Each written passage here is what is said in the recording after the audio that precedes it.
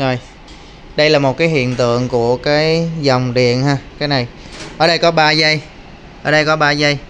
Đây các bạn xem 3 dây đây. Dây màu đen, màu đỏ và màu vàng nó lấy từ cái phần ở dưới cái bo ở dưới là cái bo mà bo ra DC đó, bo đầu ra đó, đây bo đầu ra. Thì cái bo này nó sẽ có 3 dây đi lên, thì 3 dây gồm có là dây màu vàng với dây màu đỏ là nó sẽ lấy điện áp ở ngay cái đầu ra để đưa về nó so sánh áp, tức là đầu ra này nó áp nó khi mà mình hàng đó, khi mình hàng xuống, khi mình hàng vô thì nó sẽ sụt áp và đưa về cho bo điều khiển để nhận dạng được là cái vấn đề sụt áp.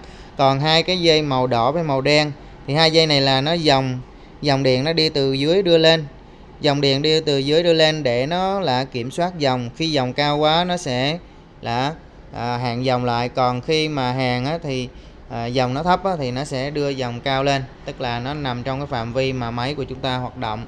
Ví dụ như ở đây chúng ta sẽ có là ví dụ như cái máy này là khoảng 200A hoặc 201A gì đó đi, thì chúng ta sẽ đưa cái áp về nó tương ứng. Bây giờ tôi sẽ gắn vào ở ngay cái đồng hồ đo dây màu đen và dây màu đỏ. Tôi sử dụng một cái đồng hồ mà VOM. Chúng ta sẽ để cái thang đo DC 0.5V và chúng ta sẽ thấy cái kim nó nhích lên.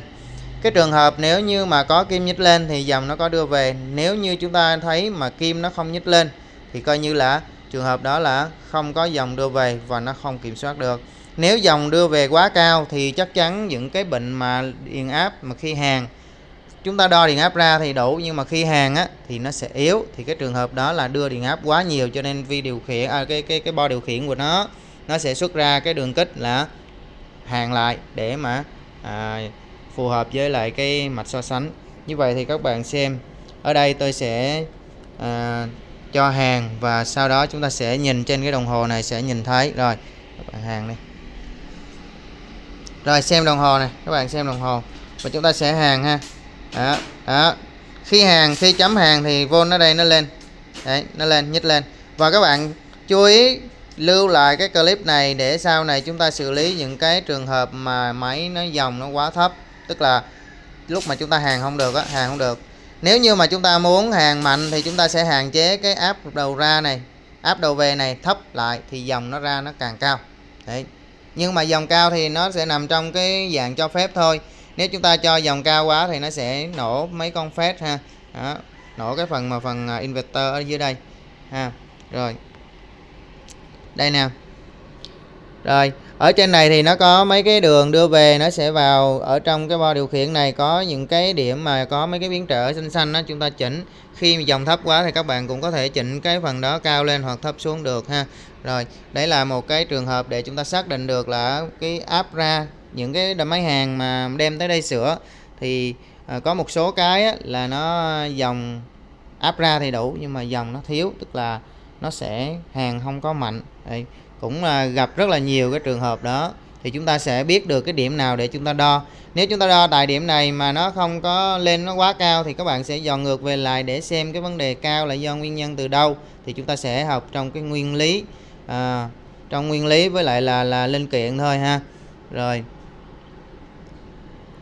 3 giây ha, 3 giây đó, 3 giây là vàng đỏ đen. Đây chúng ta sẽ đo vô đây dây đen và dây đỏ thì nó sẽ áp nó đầu ra, áp đây ha.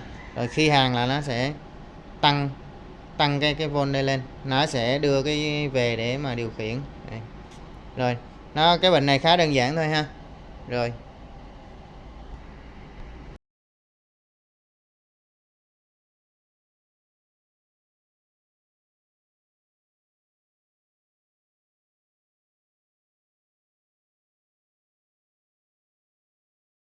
phần tiếp theo nữa ở trên này, ở đây là cái bo là mà nó inverter, nó sẽ điều khiển bằng cách là những cái con phép này để đưa xuống. Hai cái dây này nó sẽ đưa xuống cho một cái biến thế xung nằm bên dưới, bo bên dưới. Ở hai cái đầu điện áp này rất là cao. Và chú ý khi chúng ta sửa chữa, những người thợ mới vào nghề hoặc là những người thợ mà cũng biết sơ sơ điện tử, sau đó chúng ta cứ làm thì chúng ta đo. Khi mà các bạn đo ở đây là gây nên hư đồng hồ ha. Hai điểm này điện áp rất cao, nếu chúng ta đo đồng hồ là sẽ bứt ngay đồng hồ ha, nổ ngay, chắc chắn luôn. ha. Cho nên chúng ta xác định ở đây có volt ra hay không bằng phương pháp sử dụng đồng hồ VOM, và chúng ta sẽ đạt thang 1000. Sau đó chúng ta chỉ cần chọt vào một que thôi, thì que còn lại chúng ta để trong không khí luôn, kim nó vẫn lên. Rồi các bạn xem, đưa cái kim vô. Đấy, các bạn thấy ở đây cái que này chúng ta đã chọt vào đây, và đầu này là cái que này á, là chúng ta không có đưa đâu hết, nhưng kim nó vẫn lên. Rồi nhấp ra nhấp vô cái đó, thấy kim lên không? Đó, kim lên ha. Đấy, rất đó. Cho nên là khi chúng ta đo thì chú ý ngay cái điểm này, các bạn chú ý, tôi nhắc luôn nhắc tới là phải chú ý cái điểm này. Chúng ta đo nè, đó, nó chỉ có lên một kim thôi, một que thôi mà nó vẫn lên, đồng hồ nó lên đó, rất là cao nha. Rồi chú ý nha. Rồi chuyển qua cái que đen kia coi nó lên không. Rồi lên luôn nè. Đó, tức là cái đồng hồ chúng ta có hai que, nếu theo cái phương pháp đo thì chúng ta phải đưa hai cái que này vào cái nguồn điện nó mới lên. Hiện tại á, chúng ta chỉ cần đưa một kim thôi, còn một que ở ngoài không khí nó vẫn lên kim như này, có nghĩa là điện áp ở ngay khu này rất là cao đây nha.